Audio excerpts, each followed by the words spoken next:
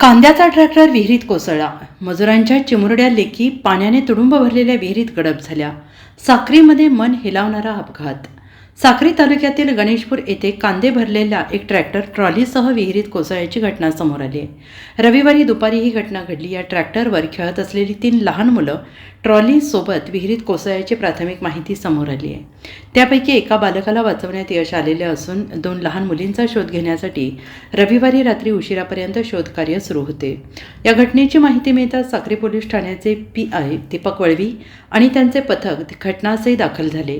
गावकऱ्यांच्या मदतीने पोलीस प्रशासनाकडून बेपत्ता बालिकांचा शोध घेण्याचे काम युद्धपातळीवर सुरू आहे. प्राथमिक माहितीनुसार गणेशपूर शिवारात कांदा चाळीतील कांदा ट्रॅक्टरच्या ट्रॉलीमध्ये भरण्याचे काम सुरू होते. काम करणाऱ्या मजुरांची काही मुले ट्रॅक्टरवर खेळत होती.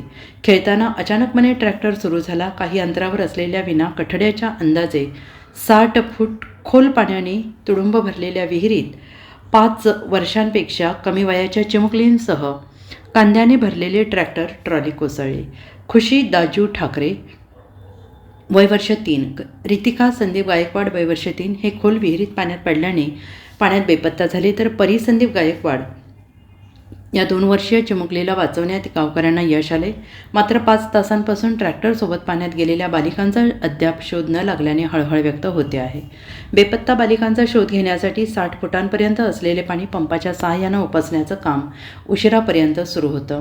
मदत कार्यासाठी घटनास्थळी JCB मागवण्यात आली. साक्री पोलीस स्टेशनचे पोलीस निरीक्षक दीपक वळवी यांच्या नेतृत्वात मदतकार्य आणि शोधकार्य गावकऱ्यांच्या सहकार्याने रात्री उशिरापर्यंत सुरू होते. या ठिकाणी गणेशपूरसह परिसरातील दिघावे, कासारे, छाईल, सायने या गावातील ग्रामस्थ मदत कार्यासाठी सरसावले आहेत.